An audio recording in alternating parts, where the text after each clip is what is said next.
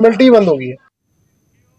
खबर धर्मशाला से, जहां राज्य पर्यटन मंत्रियों के राष्ट्रीय सम्मेलन का आज दूसरा दिन है। इससे पहले सोमवार को केंद्रीय पर्यटन और संस्कृति मंत्री जी किशन रेड्डी ने सम्मेलन का उद्घाटन किया। उन्होंने बताया कि भारत सरकार और टूरिज्म डिपार्टमेंट की ओर से 3 दिवसीय टूरिज्म मिनिस्टर कॉन्क्लेव का आयोजन किया गया है। इसमें टूरिज्म को बढ़ावा देना, डेस्टिनेशन बढ़ाना, domestic tourism, foreign tourism, eco tourism सहित सभी पर्यटन से जुड़े मुद्दों पर मंथन किया जा रहा है। साथ ही नेशनल टूरिज्म पॉलिसी लाने पर भी इसमें जोर दिया जाएगा।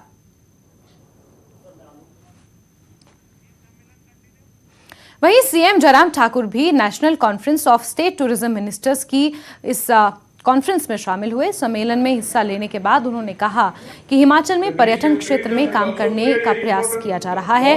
प्रदेश में प्रकृति और कानून व्यवस्था अच्छी है, ऐसे में पर्यटक यहां दिन रात बेखौफ होकर घूम सकते हैं।